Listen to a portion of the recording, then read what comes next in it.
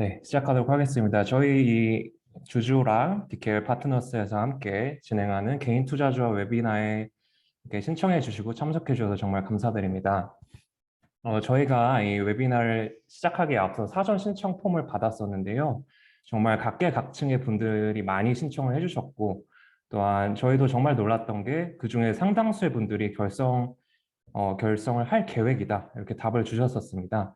그리고 저희가 사실 이번 웨비나를 준비하면서 어떤 측면에서 좀 도움을 드릴 수 있을까 좀 많이 고민을 했었는데, 대부분 많은 분들께서 잘 모르겠다, 좀 상세하게 결성부터 등록까지 그 절차에 대해서 좀 궁금하다, 이런 의견을 많이 주셔가지고 저희가 이번 웨비나 통해서는 일단 제 파트에서는 제가 개인 투자 조합은 무엇인지, 그리고 그것을 왜 하는지, 그리고 어떻게 결성부터 등록까지 하는지에 대해서 좀 말씀을 드리려고 하고 있고, 그리고 이 후반부 이제 등록하고 나서 어떻게 운영을 하는 과정 속에서 주의할 부분이 무엇인지, 이런 부분에 대해서는 저희 이제 임주영 변호사님께서 말씀을 주실 예정입니다.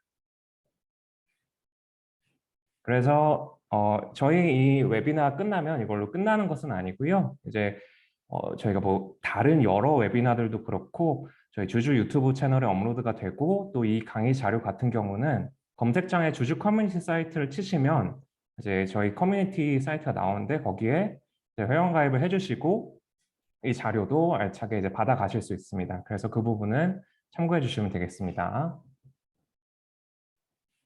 네. 일단은 간단하게 저랑 이제 함께 해주시는 임주영 변호사님 소개를 드리면요. 일단 저는 현재 주주 서비스에서 개인 투자 조합 이 파트의 프로덕트 매니저를 맡고 있고요. 저는 이 스타트업 생태계에서 이제 투자 쪽이나 아니면 성장 측면에서 좀 많은 관심을 갖고 있고 참여하고 있고, 실제로 저희 이제 주주 서비스를 운영하는 회사인 코드박스의 시리즈 B 투자 유치에도 참여를 했었고, 뭐 RCPS나 이런 관련 글도 기고를 했었습니다.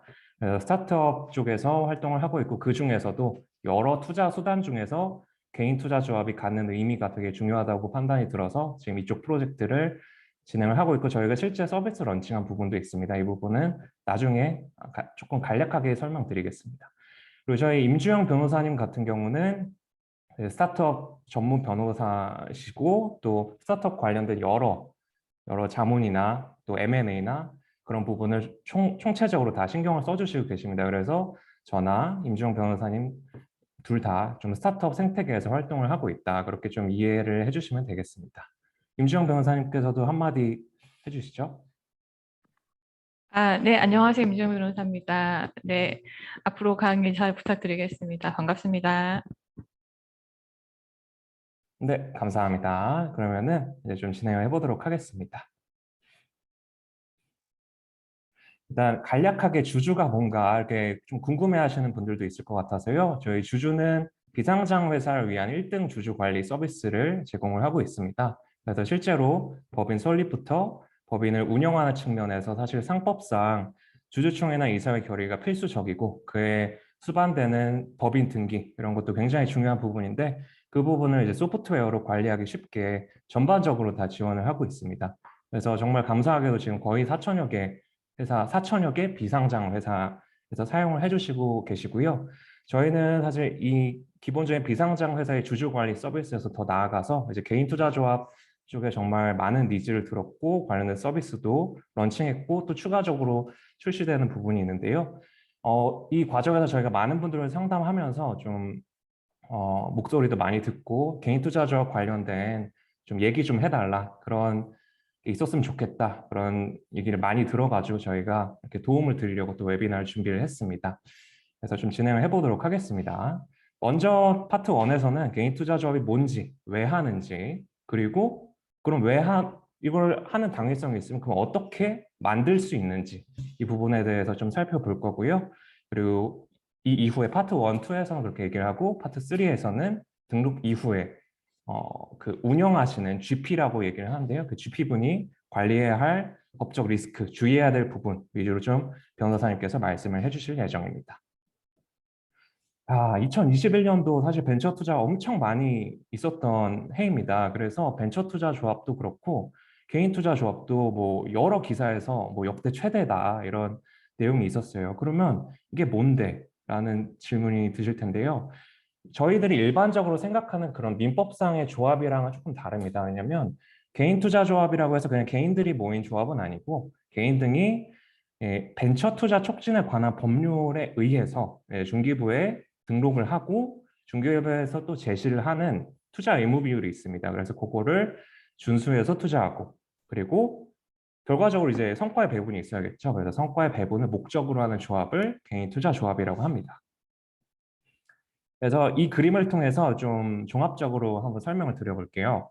개인 투자 조합은 기본적으로 구성원이 업무집행조합원, 쉽게 말씀드리면 그 조합을 운영하시는 분입니다. 뭐 투자를 하고 뭐 딜소싱도 하고 딜소싱이라고 하는 건 이제 피투자 기업들을 찾는 행위죠. 그래서 업무집행조합원분이 여러 투자자들, 그러니까 출자자들, 유한책임조합원이라고 얘기를 하는데요. 그렇게 총 49인까지, 최대 49인까지 가능하십니다. 그래서 49인을 모으셔가지고 개인 투자 조합이라는 펀드, 뭐 쉽게 말씀드리면 돈그릇을 만들고 그 돈그릇을 만들어서 참고로 이 돈그릇은 중기부에 등록이 돼야 됩니다. 그래서 이 그릇을 만들어서 창업자와 벤처기업 이렇게 정해진 법적으로 정해진 곳에는 의무적으로 투자를 하고 나머지는 자유롭게 투자를 하는 이런 투자 수단입니다. 뭐 영어로는 괜히 뭐 비이클 뭐 이런 식으로 표현도 하는데요. 그래서 조금 더 구체적으로 제가 사례를 하나 들어보면 제가 이제 GP라고 가정을 해보면 제가 이렇게 지금 참석해 주신 지금 분들이 계신데 6개월 이내 3호는 또 뭐냐면 이제 자본시장법상 공개적으로 모집을 하면 안 된다는 걸 의미를 하는데요. 6개월 이내 지금 이렇게 참석해 주신 분들한테 제가 프라이빗하게 메일로 다 보내서 제가 이런 기업에 투자를 할 건데 이런 초기 기업에 투자를 할 건데 저한테 출자를 해주시겠어요? 이렇게 해서 모집을 하는 겁니다. 모집을 해서 어느 정도 확정이 되면은 중기부에 그럼 나는 법상 개인 투자 조합을 만들겠다. 해서 결정 등록의 절차를 거쳐서 개인 투자 조합을 만들고 다만 거기서 이제 주의하셔야 할 부분은 개인 투자 조합은 반드시 법정 요건이 최소 1억 이상이 돼야 됩니다. 그리고 최소한 하나의 뭐 약간 주식이랑 뭐 한 주랑 조금 비슷한 개념이긴 한데요. 최소한 출자할 수 있는 단위가 이제 출자 좌수라고 표현을 하는데 이제 그게 100만 원입니다. 그래서 최소 1억 이상의 사이즈가 되어야 되고 그리고 5년 이상 존속을 해야 됩니다. 그리고 이렇게 만들어서 투자도 창업자 같은 경우는 법적인 의미는 법인 등기부등본상 설립되고 나서 7년 이내의 기업을 의미를 하는데요. 그런 창업자 그리고 벤처기업 인증을 받으면 이제 벤처기업이 되겠죠. 그래서 그런 벤처기업에 투자를 하고 나머지는 좀 자유롭게 투자를 할 수 있는 그런 투자 수단이라고 생각을 해주시면 되겠습니다. 하지만 상장 기업 같은 경우는 자유롭다고 해도 10% 한도가 있는 거는 좀 주의를 해주셔야 되겠고요. 그리고 여기서 제가 이 시기적인 측면에서 좀 말씀을 드리고 싶은 게 이 업무집행조합원이 지금은 개인의 요건이 별로 없습니다. 그냥 뭐 채무가 많냐 없냐 뭐 이런 거 정도만 판단을 하는데 시행령이 개정되면은 이게 요건이 굉장히 강화가 됩니다. 그래서 만약에 결성 등록을 하실 예정이다 이러면은 좀 빠르게 생각을 해주시면 좋지 않을까 그런 생각이 듭니다. 대신에 그렇게 강화되는 반대급부로 출자 총액은 3%로 좀 업무집행조합원도 필수적으로 출자 총액의 일부를 출자를 해야 되는데 그게 5%였다가 3%로 이제 개정이 될 예정입니다. 이 부분은 좀 알아두시면 좋을 것 같고 이런 기본 개념을 토대로 해서 조금 그러면 이건 왜 하는지 좀 살펴보도록 할게요. 결정하면 뭐가 좋은데요? 이런 투자 수단이 왜 좋은데요? 첫 번째로는 일단은 투자 이익이 있고 두 번째로는 세금을 감면받을 수 있습니다. 투자 이익은 사실 그 GP나 조합의 능력에 좀 달려 있겠죠. 그래서 그쪽에서 딜소싱, 그러니까 투자할 기업을 굉장히 잘 찾아서 하면은 정말 대박이 나겠죠. 하지만 반대급부로 좀 리스크도 있는 부분이라서 이 투자 이익 부분은 그 조합 GP의 운영 역량이나 이런 거에 따라서 좀 변동이 큰 부분인데 제가 정말 많은 분들이랑 얘기를 했을 때 정말 메리트로 느끼는 부분이 이 후자입니다. 벤처기업 등의 신주의 방식으로 투자했을 때 이제 세금 감면을 해주게 되는데요. 개인의 경우는 소득 공제 그리고 나중에 보유를 하고 있다가 이 투자한 이 지분 있죠. 이걸 나중에 3년 이상 보유하고 팔면 양도소득세도 면제가 됩니다. 그리고 법인의 경우에는 법인세 공제 혜택이 있는데 사실 이렇게만 말씀드리면 조금 와닿지 않으실 것 같아요. 그래서 여기에서는 그냥 가볍게 저희는 좀 개인 위주로 살펴볼게요. 대부분 좀 개인이신 것 같아서 개인의 경우 소득공제는 종합소득금액의 50% 한도로 3천만 원 이하는 100%, 그리고 그 이상 3천만 원 초과분부터 5천만 원 이하는 70%, 거기서 더 초과하는 부분은 30% 이렇게 소득공제가 되시는데요. 이게 그러면은 그냥 출자하면 소득공제가 되는 거냐? 이런 또 질문이 있으실 텐데 출자만 하면 소득공제는 아닙니다. 이게 벤처 투자 조합 같은 경우는 딱 한도가 정해져 있습니다. 딱 한도가 정해져 있어서 이게 금액이 2,500만 원 정도로 이제 소득공제 한도 폭이 딱 정해져 있는데 개인 투자 조합은 그런 한도는 없어요. 이제 종합 소득 금액의 50%라는 거시적인 한도가 있지. 굉장히 소득 공제 폭이 이제 출자해서 그거를 어떤 기업들에 투자하느냐에 따라서 소득 공제 폭이 굉장히 커질 수 있는데요. 일단은 출자만 하면 소득 공제는 아닙니다. 출자해서 그 개인 투자 조합이 모은 돈으로 투자를 해야 투자도 이 법에 명시한 기업에 투자를 해야만 그거에 대해서 소득 공제를 받을 수 있는데요.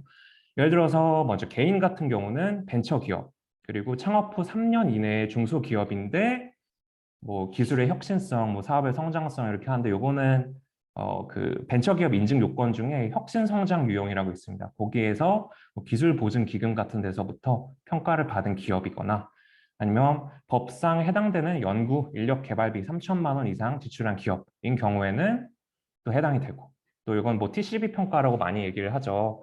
2021년 기준으로 뭐 표준화 됐다고 들었는데요.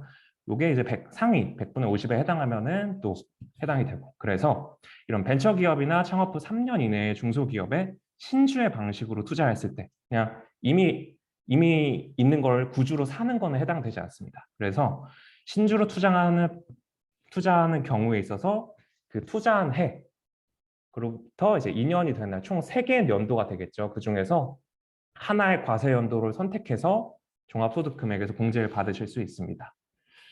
그러니까 이제 법인의 경우는 조금 다른데요. 이것도 마찬가지로 말은 이렇게 돼 있는데 이것도 이제 신주의 방식이죠. 신주의 방식으로 창업자, 뭐 신기술 사업자, 벤처기업 이런 데 출자를 하시게 되면 요거는 투자한 그 해당 사업연도, 뭐 각 사업연도 소득이라고 하는데 그거에 이제 법인세에서 공제를 하게 됩니다. 자, 그러면은 이게 조금 더 와닿게 말씀드리기 위해서 사례를 좀 준비를 했습니다. 주주박스 개인투자조합이 2021년도에 결정을 했다고 가정을 해볼게요. 이게 조금 가정을 가미한 수치여가지고 조금 뭐 다른 소득공제, 뭐 근로소득공제 금액 이런 것들은 좀 제외를 했습니다. 종합 결성 총액은 10억이 되고 그리고 21년도에 결정을 했는데 21년도에 이 10억 중에서 5개의 벤처기업, 즉 그 요건에 해당이 되는 기업들에 총 8억을 투자했다고 가정을 해보겠습니다. 이 중에서 LP 출자자 A의 출자 금액은 1억 원이고요. 그리고 A의 연봉이 지금 1억, 근로소득자고 1억이라고 가정을 해보겠습니다. 그러면은 일단은 소득공제 한도는 러프하게 보면 종합소득 금액의 50%니까 5천만 원이라고 가정을 해볼게요. 그러면 그 8억 투자한 분, 8억 출자한 금액이 아니라 8억 출자한 부분에서 전체 결성 총액에서 그 출자 금액 지분만큼이 소득 공제할 대상 금액이 되는 겁니다. 네, 8천만 원을 이제 다 하는 것은 아니고 요거에 대해서 3천만 원까지는 100%, 그 이상 5천만 원, 그 2천만 원 분까지는 70%, 그 이상 3천만 원은 30% 해서 5,300만 원이 계산이 되는데 한도가 있죠. 5천만 원. 그래서 5천만 원까지 이렇게 소득 공제 혜택을 받으실 수 있습니다. 그래서 보시면 여기 종합소득세 많이들 이제 5월에 막 신고하시고 하실 텐데 여기서 과세 표준에 따라서 종합소득세율이 바뀌지 않습니까? 그래서 제가 많은 분들이랑 얘기를 했을 때 이 투자했을 때 그 투자 이익보다 그냥 돈을 세금을 내기보다는 그냥 일단은 돈을 좀 뿌려놓고 그게 대박이 날 수도 있으니까 소득공제 혜택이 커서라도 일단 개인 투자 조합을 결성해서 한다 이런 얘기를 정말 많이 들었어요. 그래서 과세 표준을 낮추기 위해서 많이들 이렇게 개인 투자자업을 결성하시는 것으로 파악하고 있습니다. 그래서 그러면 이런 질문이 또 들 수 있어요. 아, 그래. 그렇게 좋은 건 알겠는데 그럼 누구나 다 할 수 있어? 그거는 또 아닌데요. 개인 같은 경우는 현재 기준으로는 별도의 제한이 없습니다. 그냥 아까 말씀드린 것처럼 신용상 채무가 1천만 원 초과하지 않으면 그러면은 괜찮습니다. 근데 향후 지금 약간 이게 너무 모든 개인들한테 열어두다 보니까 조금 문제가 생길 수 있다고 판단을 한 것 같습니다. 이 정부 유관기관에서. 그래서 개인 투자 조합 GP로서 조합을 5년 이상 운영한 경력이나 아니면 창투사 경력이 있거나 이런 식으로 개인의 요건이 대폭 강화되고 이제 반면 이제 출자금 총액 요건은 3%로 좀 완화가 됩니다. 그래서 이 부분은 만약에 결성을 좀 고려하고 계시다면 개정이 되기 전에 좀 빠르게 진행하시는 게 어떨까 제안을 드려보겠습니다. 반면 법인의 경우는 좀 요건이 열거가 되어 있습니다. 그래서 현재 기준으로는 창업기획자, 신기술 창업 전문회사, 산학연, 기술지주회사 이렇게 있는데요. 이 5개에 해당될 때 그 벤처 투자 촉진법에 따른 개인 투자 조합의 GP가 될 수 있는 법인이 될 수 있습니다. 네. 현재 기준으로는 사실 뭐 대기업 집단이라고 하는 상호 출자 제한 기업 집단이 안 되는데요. 이제 이 부분은 이게 열리게 됩니다. 그래서 이건 좀 완화되는 부분이라고 생각하시면 되겠습니다. 반면 LP의 자격, 그 투자자의 자격에는 어떤 제한이 있을까요? 개인은 별도의 제한이 없습니다. 반면 법인의 경우에도 법인은 마찬가지로 창업기획자나 이렇게 열거된 부분이 있는데요. 요거에 맞는 경우에만 LP로서 투자를 하실 수 있습니다. 그래서 보통 일반 법인 같은 경우는 창업기획자가 GP가 되는 경우에 이렇게 일반 법인으로서 출자를 하실 수 있고요. 보통 모태 펀드로부터 돈을 받게 해도 되죠. 그래서 모태 조합이나 뭐 그런 경우도 당연히 LP가 될 수 있습니다. 그래서 그러면은 저희가 이렇게 전반적인 사항에 대해서 좀 살펴봤고요. 그러면 어떻게 결성 및 등록을 하게 되고 그 과정에서 유의할 점이 좀 무엇일지 살펴보도록 하겠습니다. 먼저 결성하기 전에 사전 체크 포인트가 좀 있어요. 앞서 같이 좀 살펴본 GP의 요건에 해당되는지, 특히 이제 법인의 경우 중요하겠죠. 그리고 LP 모집을 하였는가. 그러니까 보통 결성부터 등록 단계까지 중기부에서 쭉 과정을 밟기 전에 보통 미리 좀 LP들을 많이 모집을 해놓으시고 시작을 하세요. 근데 중간에 또 LP가 또 변경될 수 있고 뭐 그렇긴 하지만 기본적으로 좀 모집을 해놓으시고 사모의 방법으로 모집을 하고 좀 결성을 하시는 것을 추천드립니다. 왜냐면 그래야 좀 절차를 빠르게 진행하실 수 있는 부분이 있거든요. 그리고 이게 투자 대상 기업을 확정을 했는가, 보통 프로젝트 펀드라고 얘기를 하죠. 아니면은 중기부에 등록을 하고 나서 물색을 할 것인지 블라인드 펀드라고 얘기를 하는데 요거에 대해서 왜 말씀을 드리냐면 이게 보통 그 소득공제 혜택을 받으려면 투자가 이루어져야 된다고 말씀을 드렸죠. 근데 물색을 하다가 그리고 투자를 못하면은 그 해에는 어떻게 보면 소득공제 혜택이 날아가게 되는 거거든요. 그래서 어떻게 보면 좀 미리 확정을 하고 프로젝트 펀드의 형식으로 하시는 경우가 많은 것 같습니다. 그리고 네 번째로는 출자 총액이 20억이 넘는가. 아까 1억 원 이상이면 된다고 했는데 20억을 넘으면 은행에 수탁 의무가 발생하게 됩니다. 그래서 이 경우에는 좀 절차가 복잡해지고 은행에서 수탁 거절도 하고 이런 부분이 있기 때문에 만약에 이렇게 된다면 펀드 사이즈를 좀 나눠서 별도로 결정을 하시거나 그렇게 진행을 하시는 편입니다. 그래서 결성부터 등록까지는 이런 사전 체크리스트 기반으로 쭉 진행을 하시게 되는데요. 결성 계획 제출하는 단계부터 등록 완료까지 대략 2달이 소요됩니다. 요거는 거의 뭐 2달 정도 소요된다고 생각하시면 돼서 만약에 등록한 이후부터 투자를 하실 수 있기 때문에 내가 어떤 특정 기업에 투자를 하겠다 개인 투자 조합으로 그러면은 미리 이런 일정을 고려하셔서 이런 결성 등록 플랜을 설계하시면 되겠습니다. 그래서 하나하나 살펴보면 결정 계획 제출 같은 경우는 조합의 운영 계획을 제출하는 단계고 요거는 빅스라는 이제 그 중기부 소프트웨어가 있습니다. 그래서 그거 가입하고 기본적인 그 조합의 결성 계획을 제출하고 그 회사의 정관과 같은 규약안을 이제 제출하게 됩니다. 그리고 GP가 정말 신용 채무 문제가 없는지 이런 것들을 제출하게 되고 그러면은 한 14일 정도 걸려서 승인 공문이 나오게 됩니다. 그러면은 일단 결성 계획은 승인이 됐다는 것인데요. 승인이 되고 나서 사업자 등록과 비슷한 개념으로 고유번호증을 발급하시게 돼요. 그래서 일종의 사업자 등록증을 발급받는 단계인데 개인투자조합 같은 경우는 법인이 아닌 단체로 중간 코드를 80으로 받으시게 되고요.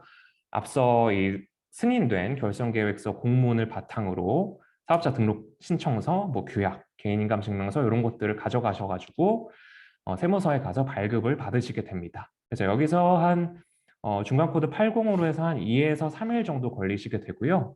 그 다음에 이제 계좌를 개설하시게 되는데 고유번호증 발급된 내용을 바탕으로 해서 은행에 가서 계좌를 개설을 하시게 됩니다. 근데 요거는 은행별로 좀 요청하는 서류가 상이하기 때문에 좀 확인이 필요하고 저희 같은 경우는 기업은행과 이제 제휴를 통해서 진행하고 있기 때문에 기업은행 기준으로 살짝 말씀드리면 뭐 고유번호증 사본, 개인인감증명서 이런 것들을 제출을 하시게 됩니다.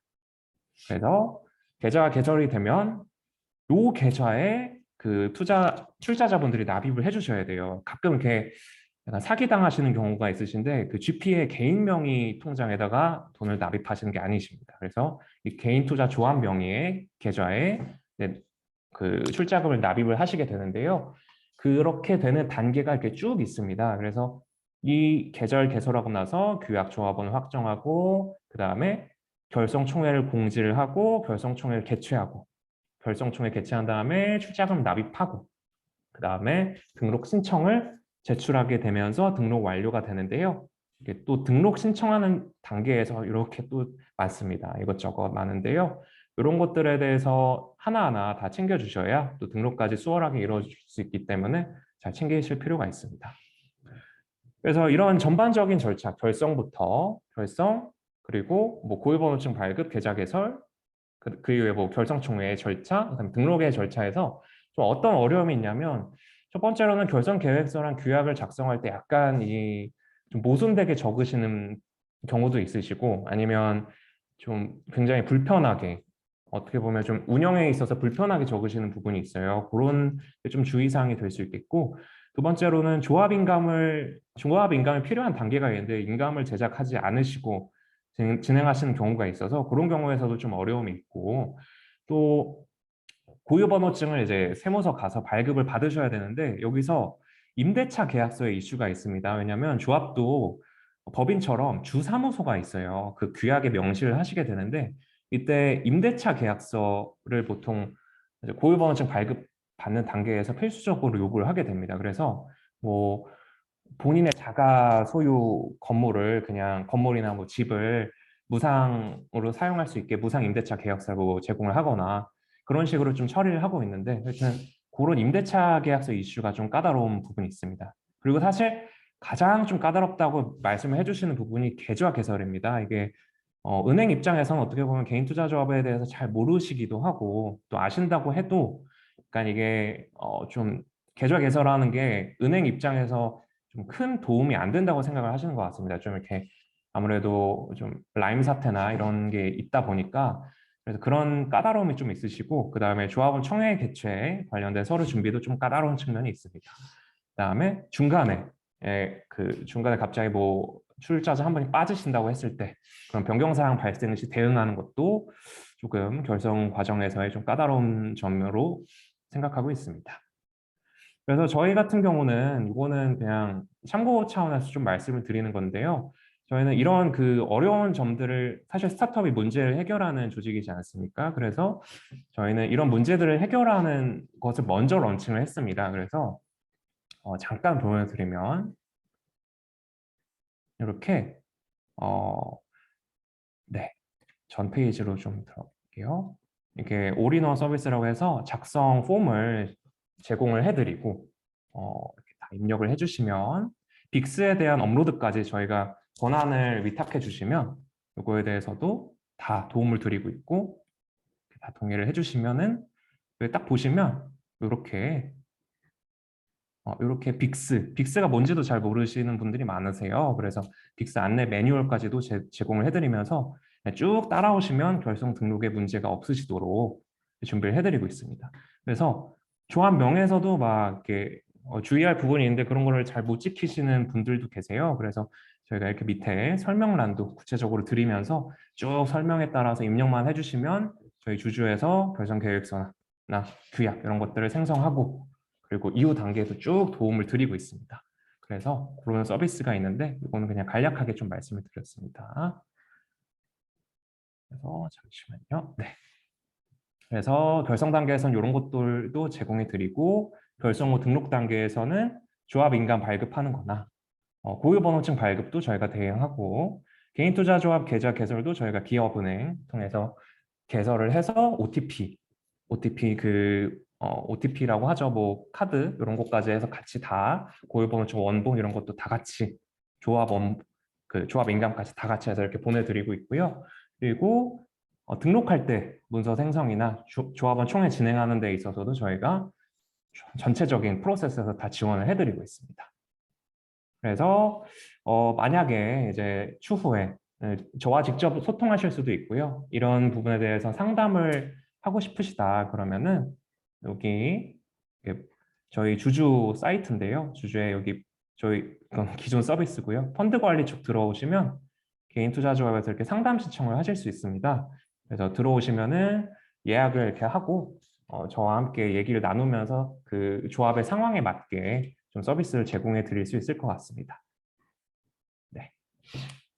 그래서 이제 요거는 이제 현재 저희가 서비스를 런칭한 거고 이후에 지금 이 참석자분들 중에서 관리나 이런 측면에서의 좀 어려움을 호소하시는 분들도 많이 계시더라고요. 그래서 그런 부분 관련한 실무적인 부분도 얘기를 해달라고 많이 말씀을 주셨는데요. 저희가 이제 3분기부터 쭉 이제 계속 기능을 보강해 나갈 부분이 첫 번째로는 피투자 기업 관리입니다. 그래서 GP가 투자를 여러 회사들에 투자를 하시잖아요. 그럼 그런 피투자 기업들로부터 등기부 등본이나 주주 명부 그리고 뭐 사업 계획서나 여러 커스텀 필드들에 대해서 받을 수 있는 그런 피투자 기업 관리 기능을 제공할 예정이고 두 번째로는 현재 개인투자조합의 조금 관리 측면에서의 문제가 GP랑 LP 간의 커뮤니케이션이 사실상 그냥 메일로 하거나 아니면 막 개별로 하거나 좀 이게 좀 장막이 있습니다. 어떻게 GP가 투자하고 있는지도 잘 보이지도 않고 그래서 그런 커뮤니케이션을 마련을 해서 LP와 GP가 현재 투자 자산 내역, 미투자 자산 내역 이런 거를 이 주주라는 서비스 안에서 확인하실 수 있게 저희가 준비를 하고 있고요. 그리고 또한 중기부에 뭐 그리고 반기 보고 뭐 결산 보고 이런 게 있고 또 그 투자 자산의 변동이 있을 때는 회계 감사 이런 의무도 있게 되는데요. 그런 거에 대해서 놓치지 않고 챙기실 수 있도록 저희가 알림부터 시작해서 직접적으로 관리를 하실 수 있도록 운영 관리 툴을 제공할 예정입니다. 그래서 이 부분은 저희가 출시되는 대로 또 안내를 해드리도록 하겠습니다. 그래서 현재 기준으로는 그 결성 등록까지 서비스가 런칭이 돼 있고 이 부분은 곧 선보일 예정이다. 이렇게 말씀드릴 수 있겠습니다. 그래서 이렇게 등록까지 되면 이제 GP 입장에서는 굉장히 이제 주의해야 할 법적인 리스크들이 있습니다. 그래서 그 부분에 대해서는 이제 임주영 변호사님께서 말씀해 주시도록 하겠습니다. 네, 임주영 변호사님.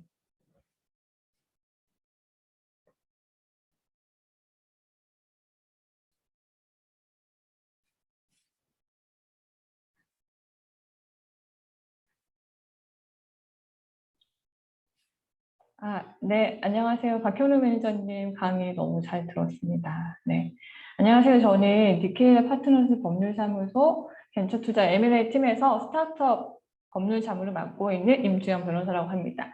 저는 개인 투자조합을 운영할 때 주의해야 하는 법률 쟁점에 대해서 몇 가지 설명드리려고 하는데요. 네, 그 전에 여러분 지금 앞서 강의를 들으셨는데 개인 투자조합의 실체가 무엇일까요? 혹시 이런 생각 해보신 분 있으실까요? 그러니까 저는 이거를 개인 투자조합의 법적 지위라고 이렇게 좀 있어 보이는 표현을 사용했는데요. 앞서 그 박현우 매니저님의 강의에서도 법인 설립할 때처럼 등기하라는 말씀 안 하셨잖아요. 그럼 등기도 하지 않았는데 사업자 등록증과 유사한 고유증 번호를 발급을 하고 그다음에 조합 명의로 계좌까지 개설이 되고 좀 이상하지 않으세요? 도대체 이게 무엇인데 뭐 이러한 여러 가지 행위를 할 수 있는 걸까? 궁금하신 분이 있으실 것 같아서 제가 법률적으로 말씀을 드리면, 이제 개인 투자조합은 법인격 없는 사단이라고 합니다. 이게 비법인 사단이라고 부르기도 하는데요. 그러니까 법이든 아니지만 일정한 사람들이 모여서 어떤 고유의 목적을 가지고 행동하는 단체를 우리 법률에서는 법인격 없는 사단이라고 불러서 주식회사 같은 법인과 유사한 일정한 법적 지위를 부여하고 있습니다. 이런 용어가 그러니까 벤처 투자법이나 그리고 다른 법률에서 생긴 용어는 아니고요. 우리나라 판례를 통해서 형성되는 명칭이고 법리입니다. 그래서 제가 여기서 좀 딱딱하지만 그래도 판례를 좀 가져와 봤습니다. 그러니까 개인 투자 조합처럼 조합의 명칭을 가지고 있는 단체라고 하더라도 어떤 고유의 목적을 가지고 규약을 만들어서 이 규약에 근거해서 의사결정기관이나 집행기관인 대표자를 두고 있고, 그리고 구성원의 탈퇴나 가입과 상관없이 단체가 그 자체로 존속을 하고, 그리고 대표의 방법, 그다음에 재산의 관리, 이러한 중요한 내용들이 확정되어 있는 조합의 경우에는 비법인 사단으로서 실체를 가진다고 판례가 되어 있습니다. 원래 조합이라는 용어는 쉽게 말하면 그냥 동업체거든요. 근데 개인 투자조합은 이런 단순한 동업체라고 볼 수는 없는 어떤 특수한 그런 성격을 가지고 있는 것입니다. 그래서 벤처 투자법상의 개인 투자 조합도 앞서 제가 설명드린 그런 요건을 가지고 있는지 한번 살펴보도록 하겠습니다. 그 개인 투자 조합은 그 벤처 투자를 목적으로 성과를 배우려는 어떤 목적을 가지고 있죠. 그리고 또 지표로서 결성하시다 보면 규약을 마련하셔야 되는데, 주주에서 제공하는 규약을 보시면 알겠지만 그 일정한 내용을 담고 있는 또 규약을 가지고 있습니다. 그리고 벤처 투자 개인 투자 조합도 의사 결정 기관인 조합원 총회를 또 만들어야 합니다. 그리고 그 대표자 역할을 하는 업무 집행 조합원이 존재를 하죠. 그리고 개인 투자 조합은 그 구성원들이 바뀌더라도 그것과 상관없이 그 조합 자체가 존속 기간 동안 존재하게 됩니다. 그리고 규약에 조합원 총회 의사 결정 방법에 관한 규정들이 존재를 합니다. 살펴보시면 알겠지만 이게 약간 주식회사하고 좀 비슷하지 않나요? 규약은 주식회사의 정관과 비슷하고, 그다음에 조합원 총회는 주식회사의 주주총회하고 좀 비슷하고요. 그리고 업무집행 조합원은 대표이사하고 좀 비슷하죠. 다만 존속기간이 존재한다는 점만 조금 차이가 있는 것 같아요. 그래서 이런 성격을 가지는 개인 투자 조합을 우리가 법인격 없는 사단이라고 해서 일정한 법률 해결을 할 수 있도록 그 지위를 부여하고 있습니다. 그 작년에 그 판례가 한 게 있었는데요. 이게 2020년 8월에 벤처 투자법이 새로 제정이 됐잖아요. 그래서 그 제정되기 전에는 벤처 기업법 그리고 중소기업 창업 지원법이라는 법률로 이원화돼서 운영되고 있었습니다. 그래서 그때 중소기업 창업 지원법에 근거해서 달성된 중소기업 창업 투자 조합이 있었는데요. 이게 지금 우리가 오늘 살펴보고 있는 개인 투자 조합과 성격이 아주 비슷합니다. 그래서 이 조합에서 결성한 펀드, BBB 펀드, 이거는 제가 그냥 임의로 기재를 했는데요. BBB 펀드가 피투자 기업의 주식을 취득을 했습니다. 이 주식의 그 소유권자가 누구인지가 쟁점이 됐는데요. 그 과세관청은 이 조합이 아니라 이 조합의 구성원인 LP인 A 법인이 실질적인 매수 주체이기 때문에 법인세를 그 법인에게 LP에게 부과를 한 것입니다. 하지만 법원은 이 중소기업 창업투자조합인 BBB 펀드는 그 자체로서 독립된 권리 의무의 주체인 비법인 사단이기 때문에 유한 책임 사원에 불과한 A 법인이 매수자가 아니라 이 조합이 매수자가 된다고 봐서 법인세를 부과했던 걸 취소를 했었습니다.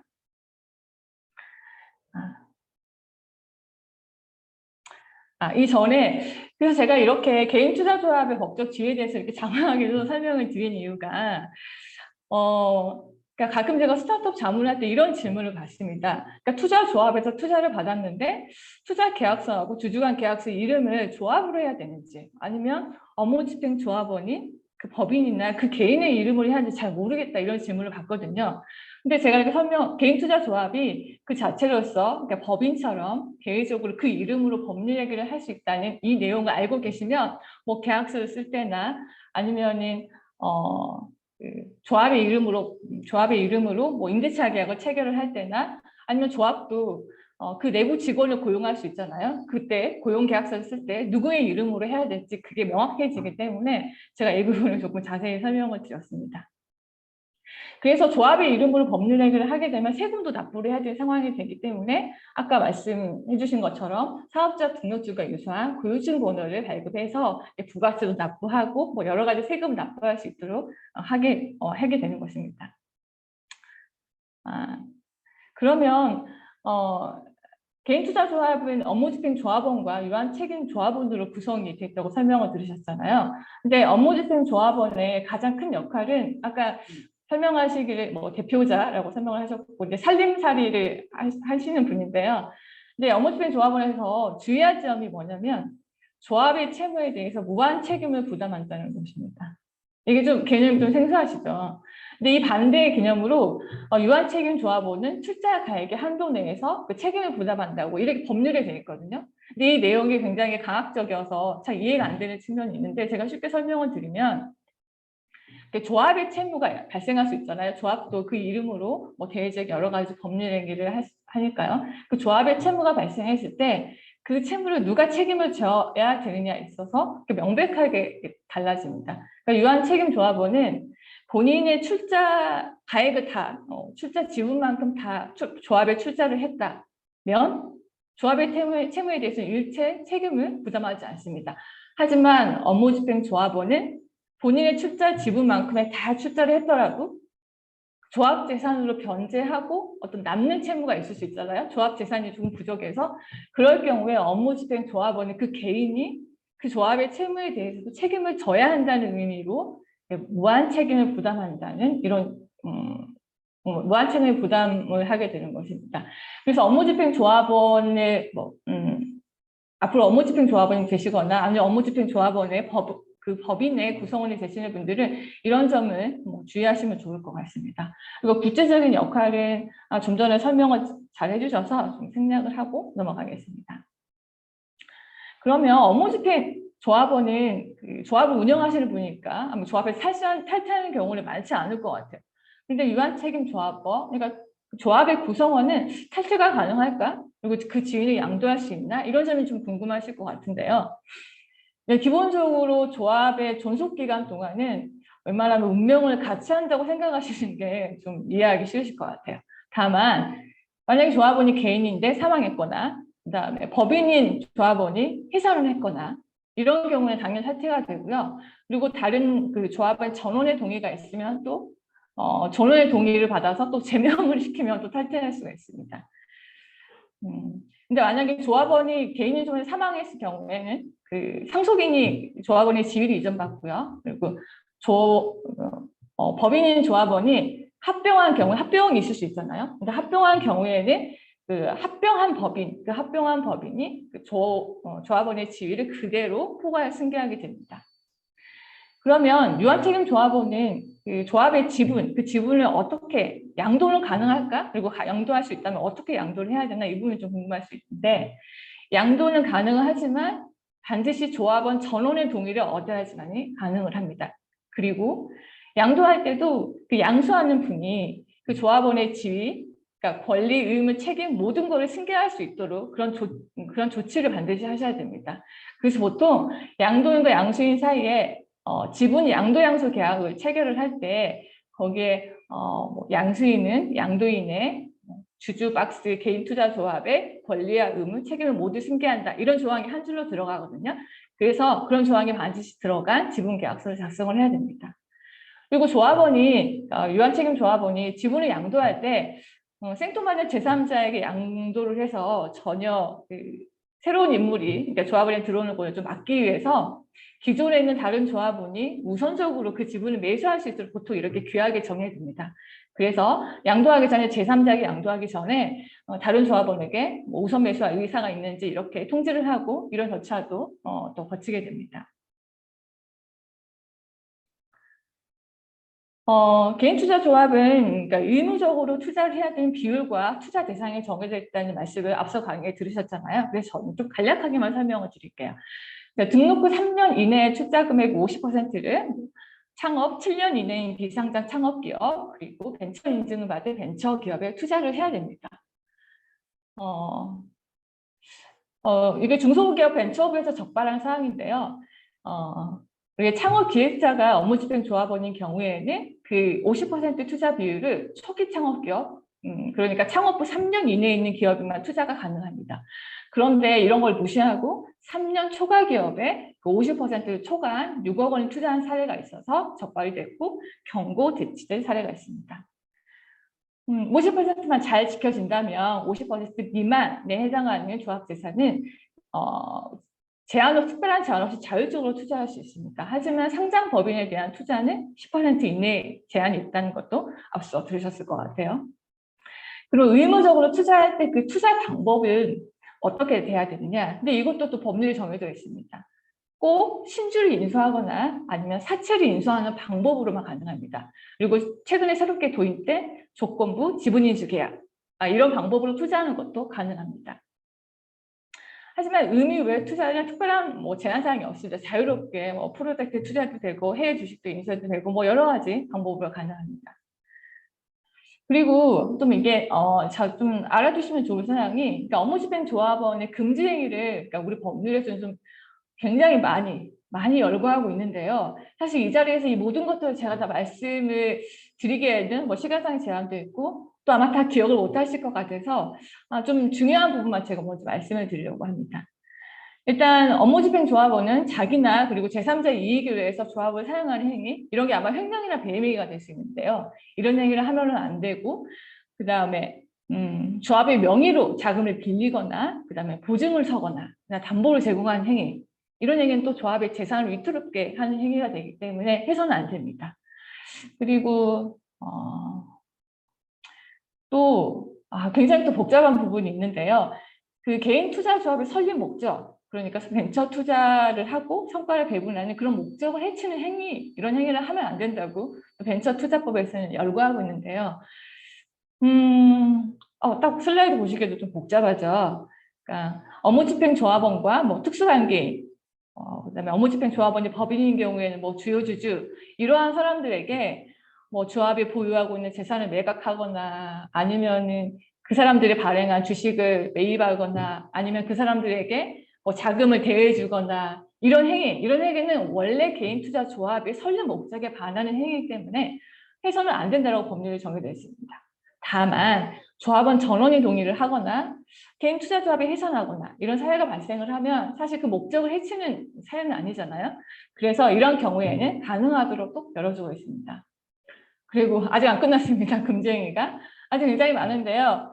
또 한 가지 기억해 두시면 좋을 게 피투자 기업에 투자를 할 때 그 계약서에 일정한 내용들이 적혀 있는데 그 계약서에 적혀진 사항에 별도로 조금 피투자 기업에 부담이 되는 그런 조건을 설정해서 투자하는 행위나 그리고 개인 투자 조합 자체에 불리한 조건으로 거래를 하는 행위 이런 행위는 그러니까 업무집행 조합원이 할 때 좀 주의를 하도록 이렇게 정하고 있습니다.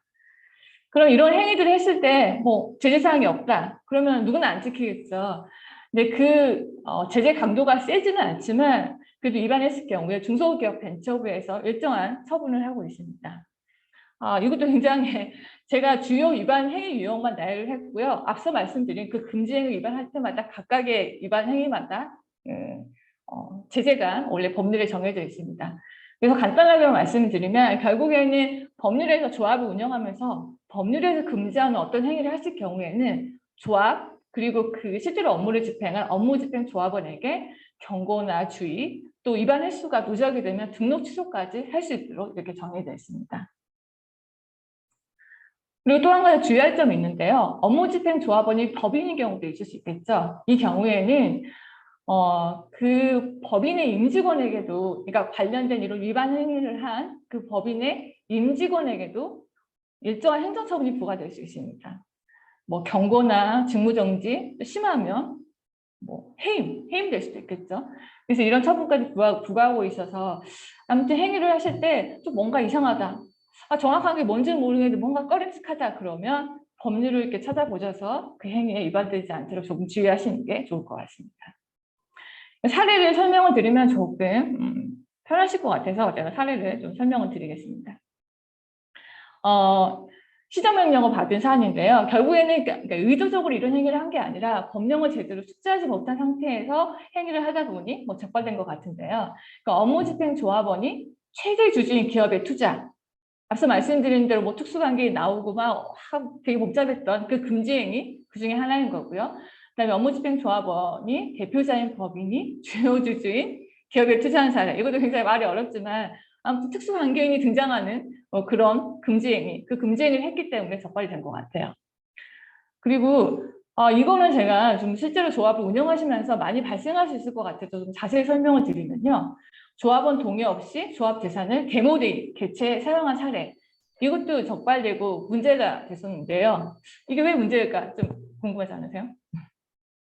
그러니까 원래 그 조합은 업무집행 조합원은 조합 재산을 사용을 할 때 특정하게 정해진 사항에 대해서만 운영 비용을 사용을 해야 됩니다. 근데 그 사항이 보통 귀하게 정해졌는데요. 제가 조금 설명을 드리면 뭐 업무 집행과 관련된 소송 비용이라든지 아니면 회계감사, 법률자문 수수료, 그다음에 업무집행 조합원도 월급을 받아야겠죠. 그래서 관리보수, 그다음에 20억 원이 넘어가면 스탁을 해야 되니까 그 스탁 기간에 대한 스탁 수수료 이런 주로 이런 용도에 사용을 해야 되고 그리고 이런 거 말고도 통상적으로 조합이 운영 비용을 사용하는 경우가 있죠. 근데 그런 경우에는 그때그때마다 업무집행 조합원이 임의로 사용해서는 안 되고요. 조합원 사전에 조합원 총회에서 일정한 예산에 대해서 승인을 받아야 됩니다. 그래서 그 범위 내에서만 집행을 할 수 있는 것입니다. 그런데 제가 설명을 드린 부분 있잖아요. 데모데이 개최? 근데 데모데이 개최는 당연히 개인투자조합이 스타트업을 위해서 데모데이 개최할 수 있는데 사전에 조합원 총회에서 이러이러한 용도로 사용하겠다고 승인을 받지 않았기 때문에 문제가 됐습니다. 그래서 이 부분은 업무집행 조합원께서는 좀 주의하시면 좋을 것 같고요. 그리고 이 만약에 앞서 말씀드린 것처럼 규약이 없거나 아니면 조합원 동의 없이 비용을 사용했어요. 그러면 이거는 업무집행 조합원이 개인 사비로 책임을 지셔야 됩니다. 그렇기 때문에 이 부분 굉장히 중요한 부분이고요. 근데 마지막으로 다 왔습니다. 업무집행 조합원의 보고 의무가 있습니다. 결산보고, 정기보고가 있고요. 결산보고는 사업년도 종료 후에 3개월 이내, 그러니까 뭐 다음 연도 1월부터 3월까지의 결산서 또는 자금운용 현황을 보고를 중기부에 보고를 해야 됩니다. 그리고 정기보고가 있는데요. 이거는 매 반기 종료 후 6월 말까지. 그러니까 상반기에는 6월 30일까지 끝내고 7월 1일부터 31일까지 그때가 보고 기간이고 하반기에는 당연히 그 다음 연도 1월 1일부터 1월 31일까지 한 달 동안 또 보고 기간이 있습니다. 이런 보고 의무를 또 이행하지 않으면 뭐 경고나 주의 뭐 이렇게 여러 가지가 있을 수 있으니까 이 부분도 주의하셔서 하시면 좋을 것 같습니다. 네, 제 발표는 여기까지입니다.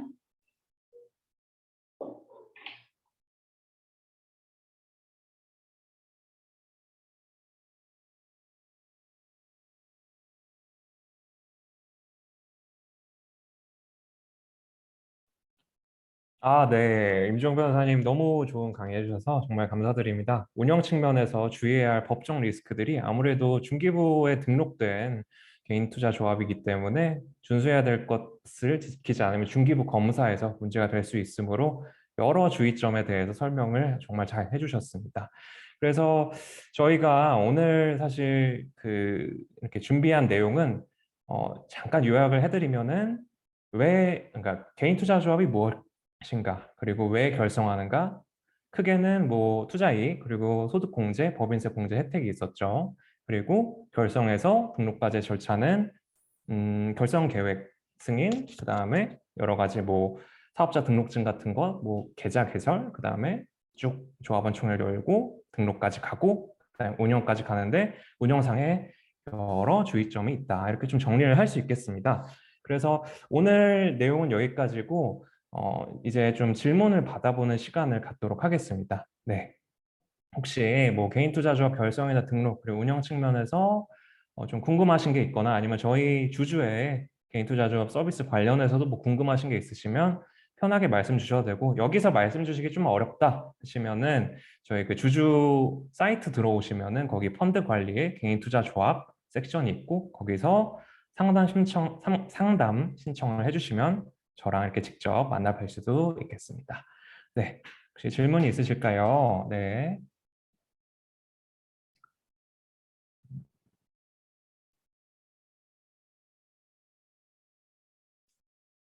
네, 보통 운영 비용은 어느 정도로 비율이나 금액으로 준비해 두나요? 요거는 이제 운영 보수 규약이나 뭐 결성 계획보다는 이제 규약에서 이제 확정을 하시게 되는데요. 운영 비용 같은 경우는 보통 말씀해 주신 뭐 회계 감사 이런 표준 규약에 정해진 내용에 대해서는 사실 일괄적으로 말씀드리긴 좀 어려울 것 같습니다. 운영 보수를 좀 낮게, 운영 비용을 좀 낮게 하시는 경우도 있고, 경우에 따라서는 좀 운영 비용에 대해서 다른 좀 데모 데이나 이런 걸 넣으시면서 그 폭을 좀 넓게 설정하시는 부분이 있고, 요거는 저희가 그 폼에서는 좀 기준안을 제시를 해드리고 있기는 한데, 사실 운영하시는 방식에 따라서 구체적인 비율이나 금액은 좀 차이가 있기 때문에 요거는 네, 그 정도 말씀드릴 수 있을 것 같습니다. 네, 개인 투자 조합으로 신주 혹은 구주가 아닌 대출 상품에도 투자가 가능한가요? 대출 상품에는 글쎄요, 대출 상품에 투자하는 거는 요거 대출 상품 그 자체라기보다는 뭔가 그 투자 의무 비율을 준수하시고 그 이외의 부분에서는 좀 자유로운 한도가 있습니다. 다만 그 상품 자체가 법정에 좀 걸리는 요건이 없는지 이런 부분을 좀 확인을 해보실 필요가 있는데, 제가 이 법령을 확인해 봤을 때 그 투자 의무 비율만 준수를 한다면 그 외의 부분에서는 자유롭게 하실 수 있지만 해당 부분은 소득 공제 혜택이 없으니까 사실 개인 투자 조합에서 좀 그 금액을 대출 상품이나 이런 데 써버리면은 소득 공제 혜택을 누릴 수 있는 부분이 많이 없어지겠죠. 그래서 그 부분은 좀 주의를 해주시면 좋을 것 같고요. 주주에서 회계 감사 등에 대한 대행도 가능한가요? 저희는 회계법인은 아니기 때문에 사실 대행까지는 어렵지만, 저희가 지금 현재 기존의 주주 서비스 같은 경우는 뭐 변호사분들, 저희 사실 DKL 파트너스 임주영 변호사님께서도 저희 네, 지금 제가 말씀하시는 게 다 들리고 계시죠? 네. 그래서 그 주주 기존 서비스 같은 경우에서도 법인 등기나 이런 걸 할 때 뭐 스톡옵션 관련된 부분이 있을 때도 변호사나 세무사 이렇게 연결해 드리는 통로는 제공을 해드리고 있습니다. 그리고 마찬가지로 개인 투자 조합도 회계 감사가 중요한 이슈고, 저희가 장기적으로는 그 회계 감사를 하기 위해서 그러니까 모든 회계사 분들이 이런 개인 투자 조합 회계 감사에 대한 지식이 있으신 건 또 아니거든요. 그래서 그런 부분을 좀 해주실 수 있는 분들 위주로 장기적으로는 좀 그런 통로를 모색하려고 하고 있습니다. 네, 한강림님께서 또 질문을 주셨는데요. 향후 GP의 자격이 GP로 조합을 5년 이상 운용한 경력이 필요한 것으로 강화된다고 되어 있는데, GP 경력이 5년이 안 되면 자격이 안 된다는 말인가요? 이게 지금 작년 말 기준으로 그 입법 예고안이 나와 있습니다. 그래서 의견 수렴을 거친 상태고, 현재 기준으로는 5년 이상 개인 투자 조합을 5년 이상 운용을 했거나 창투자 경력이 있거나 아니면 뭐 교육을 이수한 자 이렇게 돼 있는데, 꼭 GP로 개인 투자 조합을 5년 이상 안 해도 뭐 다른 뭐 교육을 받거나 그 교육의 수준이 어떻게 될지는 잘 모르겠습니다. 다만 강화가 되는 거는 일단은 좀 정해진 부분이라고 보시면 되고요. 그래서 일단 개인의 경우는 GP가 그 개인 투자 조합 경력 측면에서 보면은 그렇게 될 거라고 좀 예상을 하고 있습니다. 그래서 이런 경우에는 대안으로 뭐 창업 기획자나 이런 코GP의 방식으로 개인과 자격이 안 되시는 개인과 하거나 이렇게 하시는 방향도 고려를 하실 수 있을 것 같고요. 네. 일단은 결론은 네, 강화가 돼서 좀 현재는 굉장히 편한데 이제는 좀 어려워질 수 있다로 정리해 드릴 수 있겠습니다. 네, 박호진 님께서 또 질문을 해주셨어요. 개인 투자 조합에 LP 개인 명의로 보유 중인 벤처기업 지분을 이거는 제 생각에는 약간 특수관계 이슈가 발생해서 이렇게 하면은 안 될 거로 보이는데요. 왜냐하면 뭐 이거는 네, 그 정도 말씀드리겠습니다. 이게 결국 거래를 할 때 GP가 이 자산을 운용하는 측면에서나 네, GP 그리고 LP 측면에서 특수관계 이슈를 특수관계인 이슈 이런 거를 체크를 해야 되거든요. 그래서 그런 부분 좀 참고해 주시면 될 것 같습니다. 네. 흑사곤에서 이제 김재욱님께서 질문을 해주셨습니다. 향후 관리 플랫폼 비용이 어느 정도인가요? 저희가 지금 이 부분을 일단은 굉장히 좀 고민을 많이 하고 있습니다. 일단은 저희가 네, 실시간 채팅도 지금 많이 올라오고 있군요. 제가 네, 네네, 알겠습니다.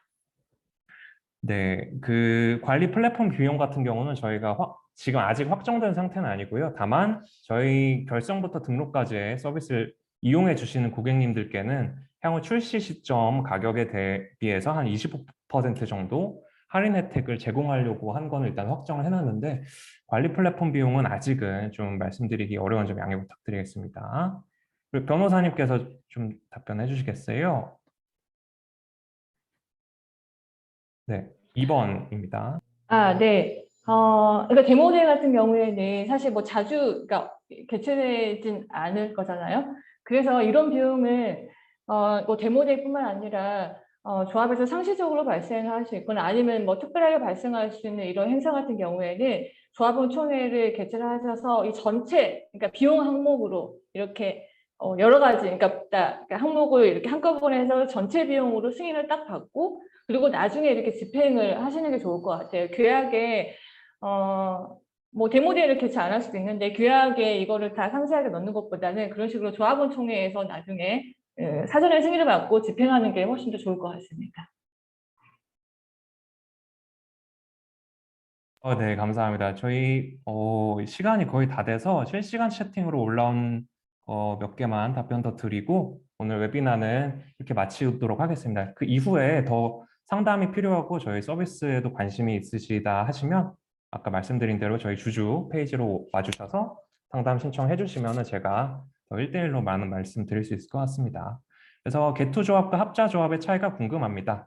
네, 상법 등기 합자조합은 맞습니다. 이제 합자조합 벤처투자 촉진법에서 이제 기재를 하고 있고 기재되지 않은 부분에 대해서는 합자조합의 규정을 준용한다 이렇게 돼 있거든요. 다만 이 등기 합자조합 같은 경우는 이제 벤처투자 촉진법 같은 경우는 그래서 기본적으로 벤촉법을 따르고 그 다음에 거기에 규정이 없을 때 합자조합의 규정을 따르게 되는데 합자조합 GP로서 투자조합을 운영할 계획인데 실무적 차이에 합자조합을 하시면은 별도로 뭐 중기부에 등록, 빅스 보고 막 이런 게 없으시겠죠.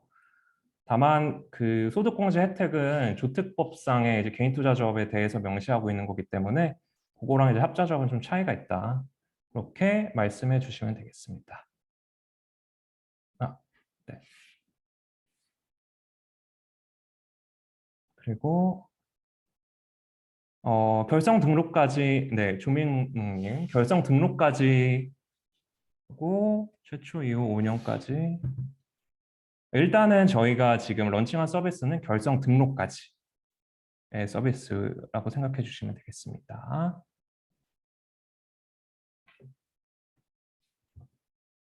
잠시만요. 지금 슬라이드가 좀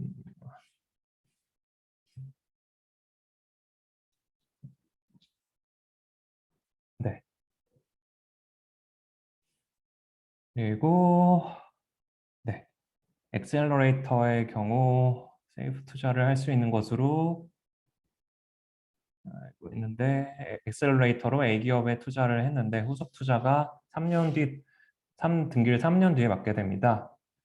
이 경우 사실 세이프는 이 등기도 그렇고 좀 불명확한 부분이 많아가지고 저는 개인적으로는 세이프 투자를 하지 않으시는 것을 권장드리겠습니다. 왜냐하면 좀 불명확한 회색지대가 많습니다. 아직 등기도 그렇고 그래서 이거는 제가 정확히 답변을 드릴 수 없는 점은 좀 양해 부탁드리겠습니다.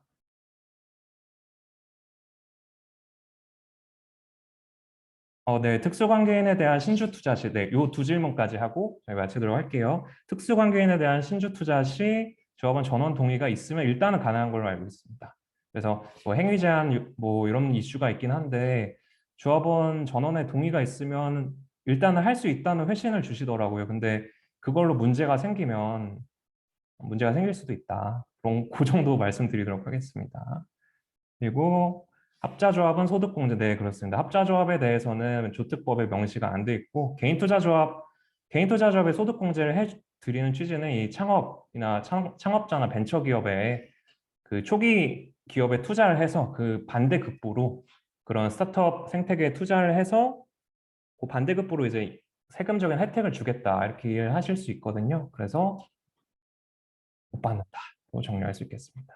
네, 이상으로 저희 개인 투자 조합 웨비나 마치도록 하겠고요. 지금까지 함께 해주셔서 너무 감사드리고 저희가 향후에도 계속 좋은 웨비나로 찾아뵐 예정입니다. 그래서 앞으로도 많은 관심, 저희 주주 서비스 그리고 DKL 파트너스에도 많은 관심 부탁드리겠습니다. 이상으로 마치도록 하겠습니다. 임종 변호사님 감사드립니다. 네, 고생하셨습니다. 감사합니다. 네.